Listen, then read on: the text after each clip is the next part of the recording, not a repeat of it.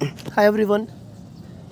दोस्तों आज पेपर हो चुका है आज का 20 अगस्त 2023 का। पेपर फर्स्ट ही हुआ है जब मैं रिकॉर्ड कर रहा हूँ, तो अभी पेपर सेकंड चल रहा होगा। तो पेपर फर्स्ट में जो मैं सेक्शन पढ़ाता हूँ उसकी मैं आंसर बताऊँगा आपको, ईवीएस के और इंग्लिश पेपर, इंग्लिश लैंग्वेज के, वो भी सेकंड लैंग्वेज के, और बाकी रिमेनिंग मैडम अपने बता देंगे। तो पेपर मॉडरेट था, मतलब ज़्यादातर आसानी था, कुछ क्वेश्चन छोड़ दो तो लगभग आसानी पेपर था, मुश्किल ऐसा कुछ नहीं था। तो अभी एक्सप्लेन मैं फिर से इसको करूँगा डिटेल में एनालिसिस। अभी मैं आपको राइट आंसर बता रहा हूँ, सिर्फ आप चेक कर लेना। देखो पहला क्वेश्चन है ईवीएस का। ईवीएस का है which is what is the mass of an object with a density of 24 gram millilitre and volume of 6 ml। तो डेंसिटी पूछ रहा है, आपको मालूम है इनका, आपको इनका क्या करना है, आपको दोनों का मल्टीप्लिकेशन करना है, क्योंकि डेंसिटी क्या रहता है, total mass divided by total area आता। तो यहाँ पर वॉल्यूम दिया है और यहाँ पर डेंसिटी आता है डी। तो यहाँ पर दो हमको दी है, क्या दिया है आपको क्या निकालना है, मास निकालना है, ये वाला m, और हमें क्या दिया है, एरिया दिया है, मतलब वॉल्यूम दिया है और डेंसिटी दी है। तो हमको इनका मल्टीप्लिकेशन करना है, जो कि आंसर आएगा 44। आप 6 को 24 से जब मल्टीप्लिकेशन करेंगे तो 144 आंसर आएगा, वही आंसर है इसका। उसके बाद में नेक्स्ट क्वेश्चन है, read the following statement and choose correct option. Assertion A, on applying pressure gas can be compress easily, बराबर है। उसका reason, when we apply pressure to gas the molecular space between the gases particularly decrease and it get compressed। तो देखो पहले का assertion भी बराबर है और रीजनिंग भी बराबर है और उसका वो करेक्ट एक्सप्लेनेशन भी है। इसको मैं क्लास में एक्सप्लेन करूँगा, मतलब हम लोग यहाँ सिर्फ आंसर ही देखने वाले हैं, तो इसलिए मैं डिटेल एक्सप्लेन नहीं कर रहा। तो बोथ ट्रू है, तो both are true and but R is not, ये भी नहीं है। 4th नंबर का राइट आंसर है इसका। अगला क्वेश्चन है, consider the following statement A B. Statement A है, Manali houses are constructed with the wood slanting roof and elevated on strong bamboo pillar. देखो बाम्बू पिलर की बात है ना, असम के हाउसेस की होती, तो ये गलत हो गया है, ये रॉन्ग स्टेटमेंट हो गया है। Manali receive lot of rain and snowfall, हाँ सेकंड स्टेटमेंट इसका बराबर है। पहला स्टेटमेंट गलत है, ए इज़ द इनकरेक्ट है, both are true. A is incorrect and B, मतलब थर्ड इसका राइट आंसर कौन सा है, इसका राइट आंसर है थर्ड। अगले क्वेश्चन की तरफ बढ़ते हैं हम लोग। यहाँ पर आपको कॉलम मैच करने हैं, तो ये बहुत इजी था कॉलम, कोशिश करता हूँ सब दिखाने की। तो आपका देखो क्यूमिन आपका जीरा जो रहेगा ना, स्मॉल बट फ्रेगरेंट, तो ये इसका 4 ऑप्शन है। और सफ्रोन आपको मालूम है येलोविश आता, थोड़ा केसरी। चिलीज़ ओरिजिन इन साउथ अमेरिका से हमने ब्राउट किया है, तो ये ऐसा आपका आंसर निकल जाता है यहाँ से। और क्लो आपको आखिरी में रह गया, एप्पल लाइक क्लो। तो आंसर इसका 4 है लास्ट का। उसके बाद में है, the coastal state union territory of the Bay of Bengal lies. कौन कौन से बे ऑफ बंगाल में आता है, सिर्फ केरला ही आया जाता है यहाँ पे, उड़ीसा। बे ऑफ बंगाल पूछ रहा ना, तेलंगाना लैंडलॉक है, केरला इधर आ जाता, वेस्ट अरेबियन सी पे आता केरला, और कर्नाटका भी अरेबियन सी पे आता। तो आंसर है 3, Orissa. Consider the following statement about the forest. Forest के बारे में कुछ स्टेटमेंट दिया है यहाँ पर। Torang means the forest in Kurukh language, statement बराबर है पहला A. The village council panchayat in Jharkhand decide which family will get how much land for the farming by lottery. देखो ये जो सिस्टम है ये मिज़ोरम का है ना, ये झारखंड का नहीं, मिज़ोरम का है, सिर्फ ऊपर का स्टेटमेंट बराबर है। Right to forest act 2007 gives the right to people who have been living in forest for at least 15 year, तो ये 25 ईयर है, तो स्टेटमेंट ये भी गलत हो गया। About the 3/4 of people in Mizoram are link with the forest, ये भी बराबर है। मतलब ए और डी बराबर है, ए और डी, मतलब ए और डी का आपका फर्स्ट नंबर का आंसर बराबर है। ओके आगे बढ़ते हैं। Consider the following main function of plants. Plants का मेन फंक्शन आपको बताना है। देखो प्रोवाइड एंड स्टोर फूड, पहला स्टेटमेंट बराबर है। दूसरा give strength and support to plant, ये बराबर, मतलब बराबर ही है। Transfer the water and minerals from the roots to other parts of plant, ये भी बराबर है, मतलब तीनों स्टेटमेंट आपके बराबर है, मतलब आपका आंसर रहेगा फर्स्ट। ठीक है, उसके बाद में अगला क्वेश्चन पे जाते हैं। Bronze is an alloy made by the melting the following. तो जिंक और टिन गलत हो गया, एल्यूमिनियम जिंक ये भी गलत, कॉपर और टिन और कॉपर ये इसका राइट आंसर है। इससे ब्रेज बनता है, ये लास्ट के 4 नंबर का जो ऑप्शन है इससे ब्रेज बनता है, ब्रेज। ठीक है, तो ये आंसर उसका थर्ड है।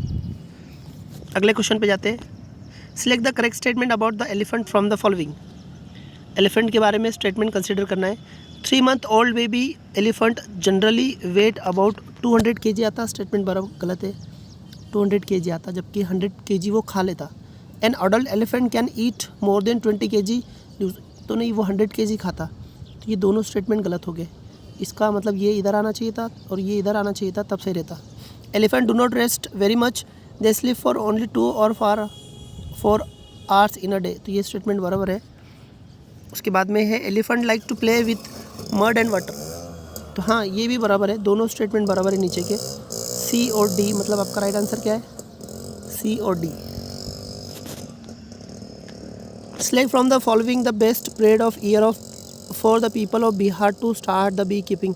तो ये अक्टूबर से दिसंबर, बहुत इजी क्वेश्चन पूछा इसने आज, अक्टूबर से दिसंबर। Next, Rama play cricket with his friend every evening, which energy does he use to play cricket.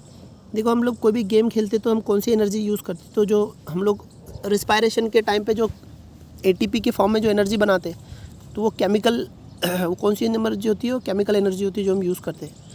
ठीक है, साउंड एनर्जी नहीं करते, मस्कुलर भी नहीं और लाइट भी नहीं, तो केमिकल एनर्जी इसका राइट आंसर है। Which of the following is sticky rice is common variety of rice in Assam. Assam की बोहरा राइस आपको सबको मालूम है, बोरा राइस, तो थर्ड आंसर इसका। उसके बाद में when we burn the fuel we get, जब हम लोग फ्यूल जलाते तो हमको क्या मिलता है, तो हमें क्या मिलता है, तो हमें हीट एंड लाइट मिलती है, मतलब गर्मी और उजाला मिलता है, लाइट मिलती है, तो 4 नंबर का आंसर है इसका। Consider the following statement about the snake and identify the incorrect one from the following. आपको गलत वाला पहचानना है इसमें, तो यहाँ पर मार्किंग ऑलरेडी जो बच्चे ने पेपर सॉल्व किया है। दे चॉ अप देयर प्रे, मतलब जो शिकार रहता है उसको चबाते हैं, तो ऐसा कुछ भी नहीं है, वो निगल लेते डायरेक्ट, तो ये स्टेटमेंट गलत है, तो राइट आंसर भी अपना ये है। फंक्स रहते ये भी बराबर है, और स्वेलो देयर फूड, वो डायरेक्ट क्या करते हैं, पूरा के पूरा उसको स्वेल कर लेते हैं। Snake have the sharp teeth, तो ये कॉन्ट्रोवर्शियल बट हमारा आंसर आ गया इधर।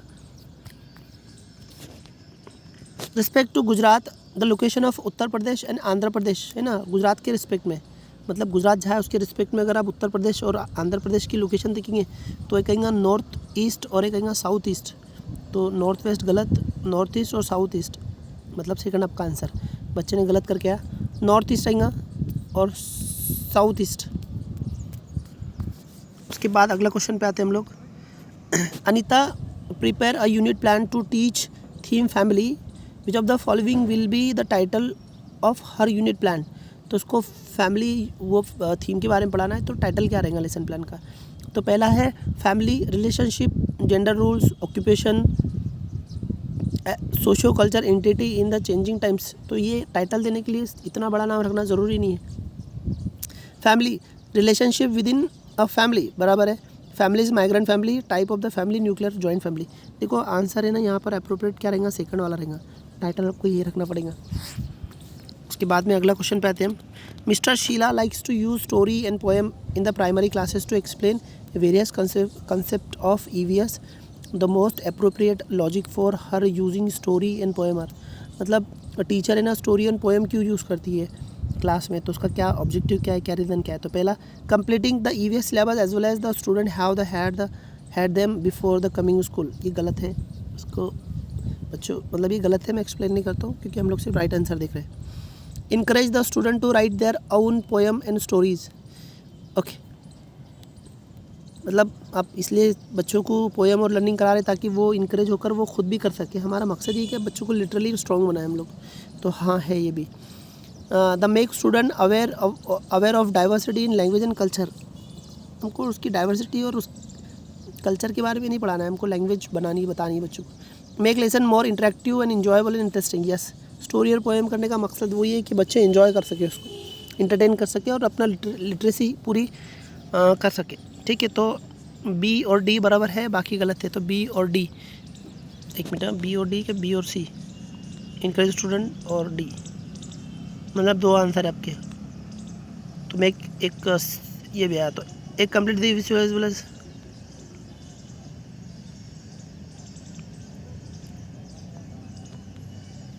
बी और डी तो करेक्ट ही है।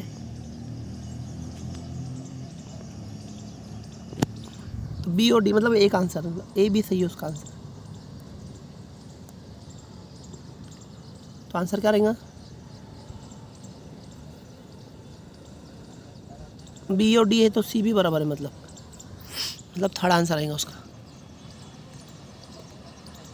ओके, थर्ड आंसर है उसका। Which of the following opinion is a major objective of teaching EVS from the class 1 to 5, helping learner to link a classroom learning to life outside the school. Yes, हमारा सबसे important objective यही है, तो आपका answer भी ये आना चाहिए 100%। डेवलपिंग डीप अंडरस्टैंडिंग गलत हो गया। एक्वायर, देखो यहाँ पर एक ही आंसर है, तो पहला वाला आंसर भाई बराबर है, हेल्पिंग लर्निंग, क्योंकि हम लोग रियल लाइफ से कनेक्ट कर रहे हैं, हमेशा वही आंसर सही होता है। अगले क्वेश्चन पे आते हैं। Reading the following statement and choose the correct option.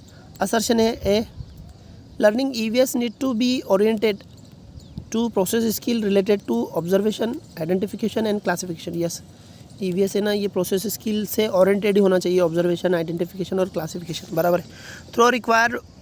Throw acquiring the various process skill the learning outcome of EVS learning are expected to be achieve, ये उसका एक्सप्लेनेशन भी बराबर है। ठीक है, मतलब पहला असर्शन भी बराबर है और रीजनिंग उसका करेक्ट रीजनेबल एक्सप्लेनेशन भी है, मतलब आपका आंसर रहेगा 4, both A R correct and R is the correct explanation of A. An EVS teacher should lie emphasis on dash while preparing the question paper for summative assessment. तो summative assessment बनाना है तो teacher को कौन से aspect को जोर देना पड़ेगा? पहला है length and total mark of the question paper, गलत है। Total marks and content coverage of the question paper, okay. Length and objective of the question paper, देखो यहाँ से भी अगर देखा जाए तो देखो यहाँ पर मार्क्स और लेंथ कुछ इंपॉर्टेंट नहीं रहती, टोटल मार्क्स कवर करना ये बात सही है, पर लेंथ वगैरह इतना इंपॉर्टेंट नहीं रहता, तो ये निकल गया। Total marks and content coverage, total marks and content coverage, तो कंटेंट उसका कवर होना चाहिए, ये बात सही है, बट टोटल मार्क्स इतना अप्रोप्रिएट नहीं लगता। लेंथ एंड ऑब्जेक्टिव, देखो लेंथ से कोई मैटर नहीं करता, बट ऑब्जेक्टिव ज़रूरी है। Fourth, content coverage and objective of the question paper, तो 4th नंबर का ज़्यादा अप्रोप्रिएट है। अगला क्वेश्चन है, an EVS teacher demonstrate an experiment in a class in which an egg sink in a tumbler with the water but float upon the adding salt to the water, which of the following is the most appropriate explanation she can give to students in query. मतलब अंडा जो है तो पानी में डूब जाता है और अगर उसमें आप कॉन्सेंट्रेशन ऑफ साल्ट मिलाएंगे तो क्या होगा, वो फ्लोट करने लगेगा। तो ऐसा होने पर बच्चे आपसे इंक्वायरी करेंगे, सवाल करेंगे, तो उसका क्या एक्सप्लेनेशन देंगे आप? तो पहला है conduct and observe the experiment with the different amount of salt, मतलब कौन करेंगे कंडक्ट? टीचर ही कंडक्ट करेगा experiment and observation of experiment different amount of salt का डिफरेंट अमाउंट लेकर टीचर क्या करेगा? कंडक्ट करेंगे और ऑब्जर्व करेंगे, एक्सपेरिमेंट कराएंगे और बच्चों को ऑब्जर्व, मतलब खुद ही ऑब्जर्व कराने लगेगा, मतलब कंडक्ट भी कौन कर रहा है? खुद ही कर रहा। You will learn the correct reason in the higher classes, मतलब उनको ऐसा बोलेंगे कि आप अगली क्लासेस में सीख लोगे। Allow each student to conclude on their own by adding different item in water, तो यहाँ पर बच्चों को खुद उस एक्सपेरिमेंट में इन्वॉल्व करेगा टीचर और उनको ही उससे क्या करेंगे? कंक्लूजन ड्रॉ करने के लिए करने लगेंगे, तो ये अप्रोप्रिएट आंसर है इसका। Which of the following is not a learning outcome in EVS for student of class 3rd, कौन से लर्निंग आउटकम नहीं पूछ रहा हूँ, नॉट पूछ रहा हूँ। आइडेंटिफाई डायरेक्शन ऑफ क्लासरूम, ये आउटकम होना चाहिए बच्चों का। Observe the rule of few local indoor outdoor games, मतलब उसको रूल्स पता होना चाहिए इंडोर आउटडोर गेम की कुछ, ओके। दूसरा, voice opinion on good and bad touch, ये भी सही है। Voice opinion on the issue, observe experiment, experience है ना. The voice opinion on issue observe an experience and related to social practice such as a discrimination in ownership of resources. तो मेरे हिसाब से ये रूल्स का ही आना चाहिए मेरे हिसाब से, जो मोस्ट नॉट अप्रोप्रिएट नहीं है थर्ड क्लास के लिए. तीसरी क्लास के बच्चों के लिए क्या समझाने का रूल्स वगैरह. You have to select EVS text book for your student class 3rd to 5th. Which of the following criteria is most appropriate for this purpose. आपको टेक्स्ट बुक बनानी है EVS की क्लास 3rd से लेकर 5th तक, तो कौन सा क्राइटेरिया सबसे ज़्यादा अहम है इसके अंदर में, तो आपको जवाब देना है उसका. The text book should be child oriented.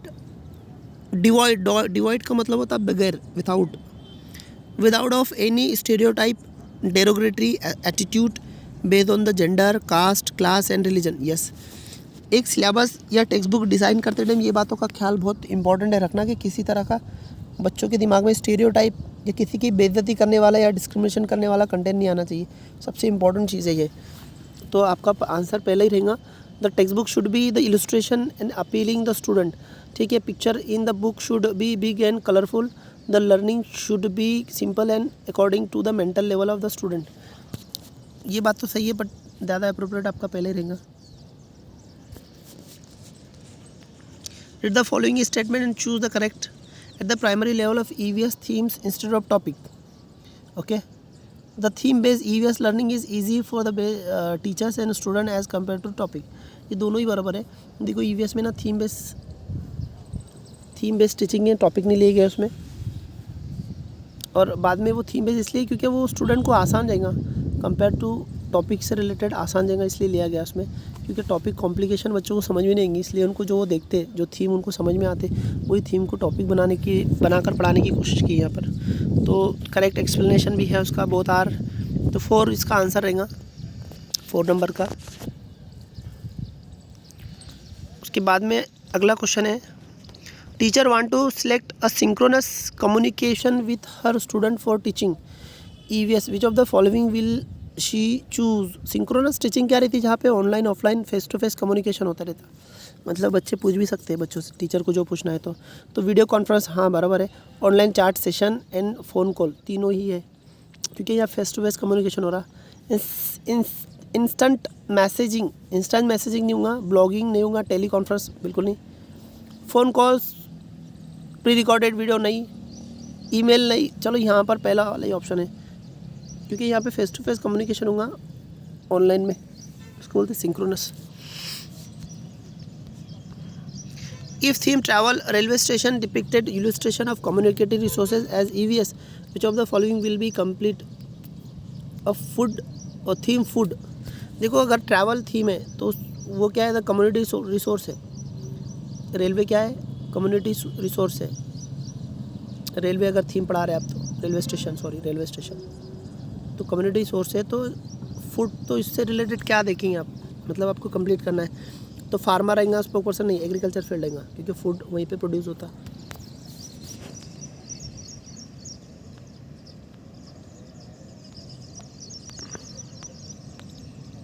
While teaching EVS, a teacher's statement question which encourage student to elaborate on an answer either on their own or frame response of their peers is. मतलब teacher का statement या question वो बच्चों को encourage करने वाला होना, ताकि वो खुद से ही आंसर करे, एलोबरेट करे, या फिर उनके जो पीयर्स में उनके करने के बाद में वो अपना रिस्पांस दे. तो इसको क्या बोलेंगे, तो इसको चेनिंग बोलेंगे. चेनिंग ये अपने वाइगोस्की का रेसिप्रोकल जो टीचिंग है ना, उसका एग्जाम्पल सही है. ठीक है, तो number 2 answer. You want to encourage hand on activity for the student of EVS, which of the following is most appropriate activity. आपको हैंड ऑन एक्टिविटी कराना है बच्चों की, तो कौन सी एक्टिविटी अप्रोप्रिएट है इसमें से. Drawing part of the different plant on chart, develop an EVS kit from the available material, map reading from the globe, collecting coins of different countries. ये ज़्यादा अप्रोप्रिएट है. Developing N EVS kit from the available material, real life से कर रहे हैं, hand on activity करना है, तो ये ज़्यादा अच्छा है. Formative assessment of EVS is, formative assessment किसको बोलते हैं? तो असेसमेंट फॉर लर्निंग बराबर, और असेसमेंट ऑफ लर्निंग नहीं, असेसमेंट एज नहीं, यस ए और डी, इसका राइट आंसर है ए और डी। एक minute, assessment for learning, formative assessment, assessment for learning A है, असेसमेंट ऑफ लर्निंग ये समेटिव असेसमेंट हो गया, assessment as learning, okay, assessment about learning, तो ए और डी आंसर होना चाहिए, पर दिया नहीं है दोनों एक साथ, तो सी असेसमेंट एज लर्निंग, ए सी आंसर रहेगा इसका 3 नंबर का, क्योंकि क्या ये भी फॉर्मेटिव असेसमेंट में आता ना, मतलब स्टूडेंट जो खुद को सेल्फ असेस करते हैं वो भी फॉर्मेटिव असेसमेंट में ही आता ही है, तो आंसर रहेगा आपका ए और C. The following statement choose correct option. Assertion A, field trip are an effective pedagogical strategy in EVS, yes. Field trip promote memorization promote नहीं करता, field trip actual life experience देता, तो ये गलत हो गया, सिर्फ ए स्टेटमेंट बराबर है, A is true but false, मतलब पहला वाला आंसर आपका।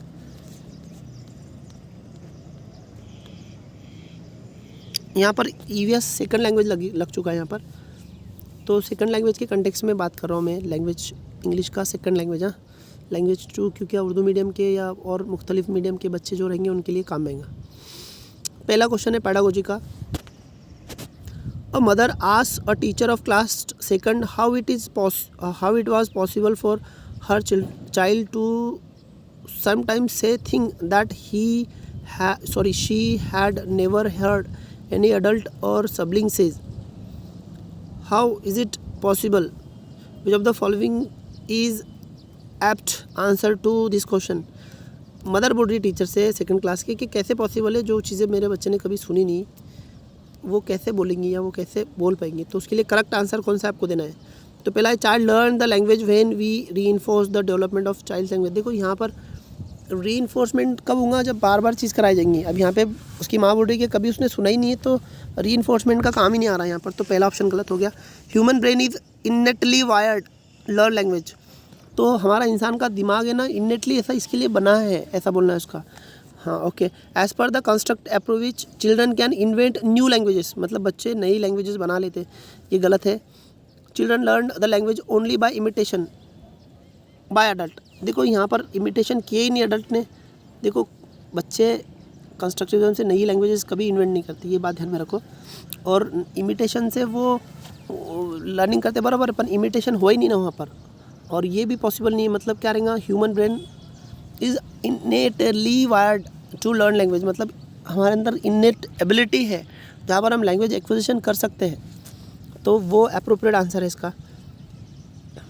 A technique use to facilitate early literacy which involve an adult and a child looking at a book together while adult ask questions and encourage a dialogue followed by the switching role so that the child asks the question to the adult is called। देखो ये dialogue reading है, ये इसका answer, तो पहला वाला answer रहेगा आपका यहाँ पर, ये वाला। उसके बाद में अगला क्वेश्चन है teacher can develop the listening skill of language learner by, मतलब टीचर को लैंग्वेज लर्निंग स्किल उसकी डेवलप करनी है, तो क्या करना पड़ेगा उसको? तो create an opportunity for learners to listen to variety of language sources and people and engage in other listening activity. ये बराबर है, टीचर को उसको वैरायटी ऑफ रिसोर्सेज सुनने के लिए अवेलेबल कराना पड़ेंगे, और उतने सारे लोग भी सुनने को मिल रहे हैं, तो बहुत अच्छी बात है, इसलिए ये तो अप्रोप्रिएट। 2 नंबर का देखते, focusing only on listening skill without associate them with the other language skill, ऐसा नहीं है, अदर लैंग्वेज स्किल भी आ सकता, बट अप्रोप्रिएट नहीं है। Making the learner listen to everything they hear passively, passively सुनना है सिर्फ उसको। Speaking continuous to, okay speaking आ गया, मतलब आंसर आपका पहले ही आने वाला है, 1 नंबर का आंसर। अगला क्वेश्चन है which approach to grammar encourage the believe that learning a language is a matter of learning rules, मतलब लैंग्वेज सीखना है तो उसके रूल ग्रामर सीखना ही पड़ेगा, ये बिलीफ है। उसके लिए अब क्या, मतलब कौन सा मेथड यूज़ करेंगे? तो इसके लिए डिडक्टिव मेथड यूज़ करेंगे। आसान क्वेश्चन है बहुत। A teacher is planning to give a free writing task to learner in class 5 which one of following should be focus on must by the teacher. देखो free writing कराना है teacher को, तो क्या फोकस करेगा? Both fluency and accuracy of the content. ठीक है, इसमें एक्यूरेसी देखी नहीं जाती फ्री राइटिंग में, थोड़ी बहुत गलतियाँ, ग्रामर मिस्टेक चलता है। Fluency of content, yes content की फ्लुएंसी तो ज़रूरी है, कंटेंट बहुत सही से लिखा जाना चाहिए। लैंग्वेज इधर उधर ही तो चलेगा, बट कंटेंट प्रॉपर होना चाहिए। हैंड राइटिंग नहीं देखा जाएगा। एक्यूरेसी ऑफ कंटेंट, एक मिनट, एक्यूरेसी नहीं है यहाँ पर, फ्लुएंसी है या फिर एक्यूरेसी ऑफ कंटेंट, एक minute. Both fluency and accuracy of the content, fluency of content,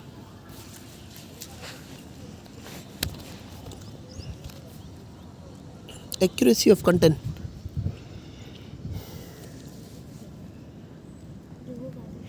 accuracy of content नहीं है, फ्लुएंसी ऑफ कंटेंट नहीं है, बराबर, यही राइट आंसर है। Top down means attend the overall of meaning. What does bottom up means, मतलब top down क्या है तो बताया उसने, और बॉटम अप क्या रहेगा, तो मतलब अटेंडिंग ओवरऑल मीनिंग अटेंड कर रहे हैं जब उसको बोलेंगे आप टॉप डाउन। पर बॉटम क्या रहेगा जब वर्ड की या फ्रेजेस की या साउंड की बात होगी वो। Focus on the words and phrases of the text, focus on the pre reading, focus on asking short answer type question, focus on the gist reading. एक नंबर का आंसर है आपका। Which among these is primary responsibility of language teacher. Language teacher की primary responsibility क्या है? Grouping learner into different classes, second selecting suitable content for teaching, illustrating the learners, instructing the learners, identify the learners communicative need. तो यहाँ पर language teacher की सबसे बड़ी responsibility क्या है कि उसकी कम्युनिकेशन की नीड कौन कौन सी है वो प्रोवाइड करना। A young child pick up a book, hold it right side up and turn the pages. This activity demonstrate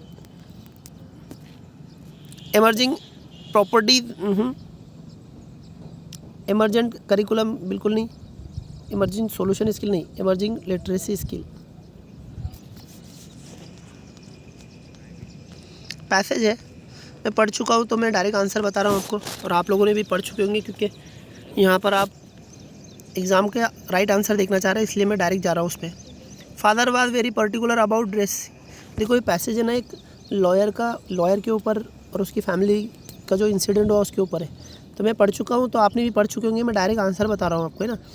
father was very particular about dress, क्योंकि he wanted to follow the proper dress code, क्योंकि वो proper dress code चाहता था, इसलिए क्या करता था, सही तरीके से अपने लॉयर का यूनिफॉर्म पहनता था जिसे हम लोग पहनते हैं। तो थर्ड नंबर का आंसर है इसका। Which of the following statement are true और फॉल्स, कौन से ट्रू है और कौन से फॉल्स है बताना है आपको इसमें। तो यहाँ पर देखेंगे पहले, father avoid to eating in court canteen. देखो कोर्ट कैंटीन का जिक्र नहीं यहाँ पर, एक अल्फाज यूज़ नहीं किया उन्हें, अवॉइड करता है नहीं करता, तो ये गलत है। He like to drink hot tea during the day, हाँ उसकी जो बैग रहता है उसमें हॉट टी है, ये सही है। He carried case file wrap in cloth, ये भी बराबर है, मतलब BC बराबर है और A गलत है, तो BC जहाँ राइट है और A गलत है, A फॉल्स है, मतलब BC, मतलब सेकंड नंबर का आंसर है आपका। Which of the following statement is wrong? He argue his case logically and persuasively, बराबर है। Only few were jealous of his popularity, ऐसा कहीं भी लिखा नहीं है कि कोई उससे जीलस होता है, ये पॉपुलैरिटी होती है, ये स्टेटमेंट गलत है, रॉन्ग स्टेटमेंट पूछा उसने तो ये आ गया। He was the prefer the lawyer for some client, ये भी बराबर है। यंग एडवोकेट, ये भी बराबर है। आंसर उसका ये है क्योंकि गलत पूछा उसने।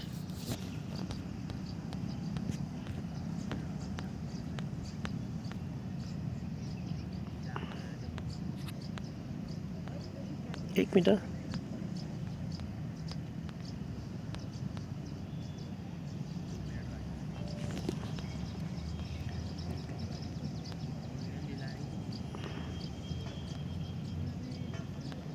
इधर के क्वेश्चन रह गए क्या? वन साइड के तो पूरे छोड़ ही दिए मैंने। ओके फिर से कर लेते, ये कुछ रह गए, उसको कुछ क्वेश्चन रह गए, सीधा ही चला गया मैं सिंगल लाइन समझकर। तो ये कुछ अदर्शन रीजनिंग है, ये देख लेंगे पहले, फिर बाद में पैसेज के कर लेंगे फिर से। ओके 124 देखते हैं. Read the following statement and choose the correct option. Assertion A, accuracy in language is most important at the primary level. Language में एक्यूरेसी सिखानी पड़ती है बच्चों को, फोनिम्स वगैरह हो गया या स्पेलिंग में, ये एक्यूरेसी बहुत ज़रूरी होती है स्टार्टिंग टाइम पर, है ना. Grammar is an integral part of the primary curriculum. देखो ग्रामर भी इंटीग्रल पार्ट है, तो ये एक्सप्लेनेशन भी बराबर है उसका, मतलब ए भी बराबर है, बी भी बराबर है और करेक्ट एक्सप्लेनेशन भी बराबर है, मतलब आंसर रहेगा 4. theoretically position and belief about the nature of language and nature of language learning and the application of both to pedagogical setting. इसको कंटेंट बोलेंगे, इसका राइट आंसर रहेगा कंटेंट बोलेंगे. ठीक है.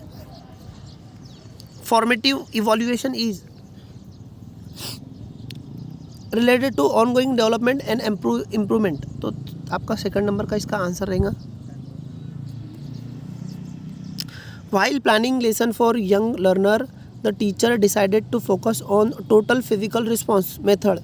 Which of the following should be used? Include TPR in lesson. तो क्या उसने इंक्लूड करना चाहिए? तो उसमें एक्टिविटी मस्ट होना चाहिए. Must ensure add bodily activity. Total physical response का मतलब यही होता है कि वॉइस, जैसी वॉइस प्रोड्यूस की जा रही है या बोला जा रहा है उसके अकॉर्डिंग आपको मूवमेंट करना है, एक्शन करना है बॉडी के, तो उसको बोलते हैं टोटल फिजिकल रिस्पॉन्स. ठीक है. उसके बाद में हम नीचे आते हैं, तो ये हमारा हो गया था और यहाँ तक आए थे हम लोग इमर्जेंट करिकुलम. उसके ऊपर आते थे ऐसे यहाँ से, तो यहाँ पे हमारा पैसेज शुरू हो गया. नहीं, 124 हो गया. Read the following statement and choose assertion A. Learner acquire language since they are genetically predispose to do and environment does not play any role. Environment role play करता है, ये स्टेटमेंट गलत. Learner center classroom environment has great impact on language acquisition. Yes, second वाला सिर्फ बराबर है यहाँ पर. तो A is false and B is true, मतलब थर्ड नंबर का आपका आंसर रहेगा इसका.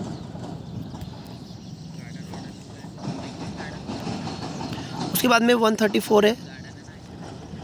A way of teaching reading that emphasizes on understanding the meaning of word from the context in which they appear.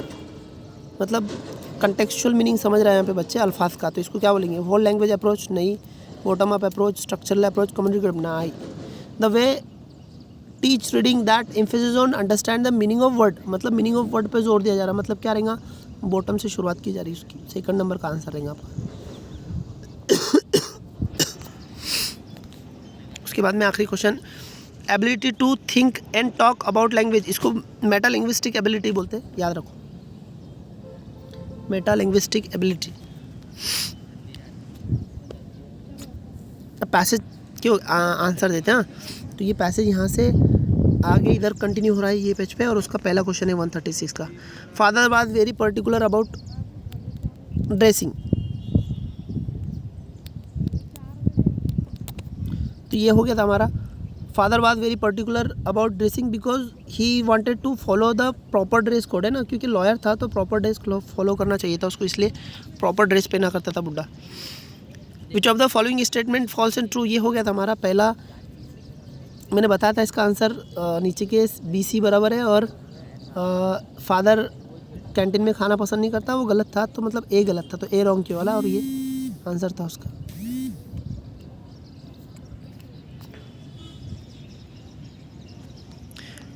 Which of the following is wrong? He argued his case gradually, logically and persuasively. ये बराबर है. Only few were jealous. ये वाला गलत था इसमें, ये भी हम देख चुके थे, तो ये वाला आंसर गलत है. राइट आंसर भी वही है, क्योंकि वो पूछ रहा गलत कौन सा है. तो यहाँ पे आते. Which of the following statement are false or true. यहाँ पे भी वही हाल है, कौन सा सही और कौन सा जवाब पूछना. Even judge recognize his legal acumen. ये बराबर है. He prefer his legal obligation to family obligation. दोनों ही बराबर है, दोनों both are करेक्ट स्टेटमेंट है. अगर आप पैसेज पढ़ेंगे तो आपको समझ में आ रहा होगा. ठीक है. अगला क्वेश्चन है इसका. His argument were forcefully coherent and dash. witless नहीं, क्रेजी नहीं, कैलकुलेटिव नहीं, रीजनेबल. यस, रीजनेबल इसका राइट आंसर है.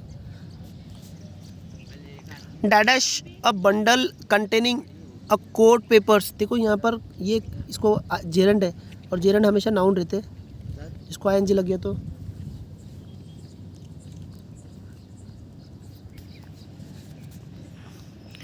Only one client was particular that my father dash the underline expression है देन, देखो यहाँ पर है ना आपको ये क्या है ये कंजक्शन है ना, तो ये इसको बोलेंगे सबऑर्डिनेट क्लॉज टाइप है, जिसको हम लोग कॉम्प्लेक्स सेंटेंसेस भी बोलते हैं। उसमें एक रहता मेन क्लॉज और जिसके साथ कंजक्शन जुड़ा रहता है उसको बोलते हैं सबऑर्डिनेट क्लॉज। तो यहाँ पर इसको प्रिंसिपल क्लॉज भी बोलते हैं मेन क्लॉज को, तो इसलिए 4 नंबर का राइट आंसर है इसका। Read the passage given below and answer the question following. अभी पैसेज पढ़ना है फिर इसका आंसर देना है, तो पैसेज में फिर से पढ़ चुका हूँ तो मैं डायरेक्ट आंसर ही दूंगा आपको। विच one of the following statement is true, इसमें से ट्रू कौन सा है देखना है हमें। She live in small and Shobi house, हाँ बराबर है। यहाँ पर ये स्टोरी में जो स्टोरी लिखी हुई है इसकी ड्रूथी की, तो उसमें वो छोटे से घर में ही रहते अंकल और आंटी के साथ में, तो ये बराबर है। अब यहाँ पर ट्रू स्टेटमेंट पूछ रहा, क्रॉस चेक कर लेंगे। Henry uncle had a big farm, ऐसा कुछ भी नहीं है वहाँ मेंशन किया हुआ बिग फार्म है, सिर्फ एक बिग बेड आता है ऐसा बोला है पूरे पैसेज में। Henry uncles house was freshly painted, नहीं फ्रेशली नहीं, एक ही बार पेंट किया था, वो भी साइक्लोन की वजह से क्या हुआ था, वेप आउट हो गया था, तो ये भी गलत। रोथीज पेरेंट वेर रिच फार्मर, ऐसा कुछ मेंशन नहीं उसमें, सिर्फ आंसर पहला वाला ही सही है। अगला question, which one of the following statement is true. Dorothy slept in a big wooden bed, big नहीं स्मॉल था, उसका अंकल सोता बड़े इसमें, तो ये गलत है। It was made of wood as a wood was easily available, देखो बना तो लकड़े का है पर ईजिली अवेलेबल नहीं, बहुत दूर से लेके आना पड़ता था। There was no tall tree near the house, yes सही है। House was a comfortable, brick house नहीं है, लकड़ी का बना हाउस है, तो 3rd नंबर का ही बराबर है। Study of the following statement, in the vast grassland uncle Henrys was the only house, yes. There was a sunbaked a grey grass all around, yes ये भी बराबर है। In the middle of the prairie was green field plugged by Henry uncle, देखो कई mention नहीं किया कि Henry uncle ने प्लग किया था उसमें, और ग्रीन फील्ड नहीं है, वो ग्रे हो चुकी है, अभी सूख चुकी है सूरज से, तो ये गलत है। अब क्या पूछ रहा हूँ, चूज़ करेक्ट ऑप्शन, तो करेक्ट पूछ रहा ना,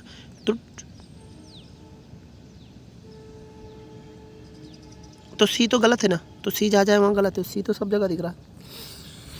एक मिनट फिर से पढ़ लेते इसको। In the vast field grassland uncle Henry's house the only house, बराबर है। There was sun bake grey grass all around, ये भी बराबर है। C in the middle of the prairie was a green field plug by Henry uncle, C तो नहीं होना चाहिए, सी हर जगह आंसर सही है। अच्छा सी रॉन्ग है, ओके वहाँ पर ट्रू क्या पूछ रहा हूँ, उसमें से ट्रू और फॉल्स कौन सा देखना है ना। तो ए बी तो बराबर है और सी फॉल्स है ना, तो 4 नंबर का आंसर आएगा इसका। इधर क्वेश्चन है आखिरी हमारे। Study of following statement, uncle Henry had a trailer trolley, ऐसा कुछ भी नहीं है पैसेज में कि उनके पास ट्रेलर ट्रॉली है, तो ये गलत हो गया। The wood for the house was carried from away, ये बराबर है पहला, मतलब बी राइट और ए रॉन्ग, मतलब सेकंड आंसर है आपका। Which of the following statement are true and which one are false, यहाँ भी वही पूछ रहा कौन सा सही है। Fear of the cyclone loomed a large on the family, yes बराबर है। They had built shelter for protection against the wind and rain, देखो विंड के वास्ते लिखा है बराबर है, पर यहाँ पर मेंशन नहीं है रेन के बारे में ऐसा कुछ, तो इसलिए गलत हो गया, पहला तो सही है। Around the house there was nothing to reduce on impact of storm, हाँ वहाँ पर आसपास तो कुछ था ही नहीं, तो ये बात भी सही है। The drawing room had only 3 और 4 चेयर, उसके साथ और भी चीज़ें, यहाँ पे ओनली अल्फाज लिखा है, तो ओनली वाला ज़्यादातर गलत ही होता है।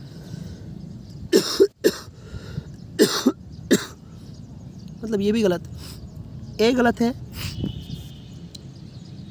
नहीं ए सही है। They had built the shalt, मतलब ए और सी बराबर है और बी और डी गलत है, तो एक गलत, एक सही है एक गलत है। ट्रू फॉल्स है, ट्रू फॉल्स मतलब 3rd नंबर का answer. With the uncle Henry who was farmer, the underlying word is an dash clause. देखो यहाँ पर है ना सबऑर्डिनेट क्लॉज पूछा उसने, तो वाज द फॉरेनर, तो यहाँ पर ये अंडरलाइन वर्ड डैश क्लाउज, तो ये क्या है, नाउन क्लॉज होगा, क्योंकि हेनरी के बारे में इंफॉर्मेशन दी जा रही है, हेनरी के बारे में दी जा रही है, तो आंसर क्या रहेगा, ये noun clause, sorry adjective clause, मेरा भी दिमाग चल नहीं रहा। मतलब हेनरी के बारे में इंफॉर्मेशन दी जा रही ना, तो हेनरी तो नाम है ना, और नाउन के बारे में बात करने वाला क्लॉज क्या रहता है, एडजेक्टिव क्लॉज रहेगा ना, तो इस पर क्लॉज पे सवाल पूछा है। ऊपर का क्लॉज भी एक बार चेक कर लेते हैं, मैं ध्यान दिया नहीं दिया, कहाँ गया।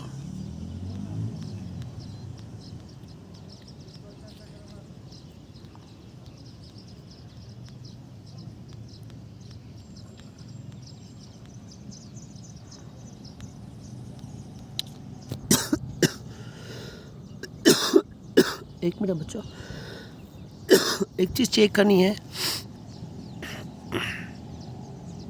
हाँ हाँ हाँ, that my father, one client was particular,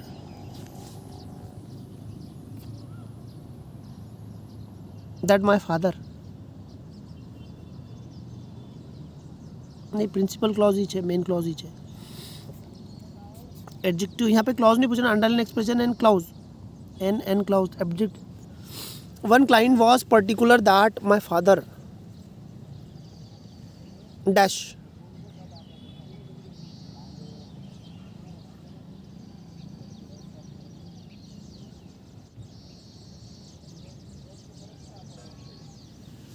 नहीं प्रिंसिपल क्लॉज बराबर है इसका आंसर। ठीक है, होपफुली सारे क्वेश्चन बताए मैंने आपको, ईवीएस के और इंग्लिश के, तो मेरे हिसाब से पेपर इजी के करीब करीब है, मॉडरेट के आसपास है। मतलब अगर देखो तो हम लोग, एक था हार्ड होता है, एक मीडियम और एक होता है इजी, तो इजी और मीडियम के बीच में है, ज़्यादा इजी मेरे को तो इजी लगा, बट हो सकता है बच्चों को थोड़ा आसपास गया होगा मीडियम के, तो कोई दिक्कत नहीं, आसानी से सॉल्व हो रहा था। उम्मीद है आपको समझ में आऊँगा, आप इसे शेयर कीजिए, बाकी बच्चों तक पता चलने दीजिए, उन्हें क्रॉस चेक कर लेंगे वो भी अपना अपना। मिलते हैं फिर नेक्स्ट वीडियो में, तब तक के लिए बाय बाय। इसका अगला जो बाकी सब्जेक्ट है मैडम ने रिकॉर्ड करके डाले यूट्यूब पे, देख लेना। Bye bye.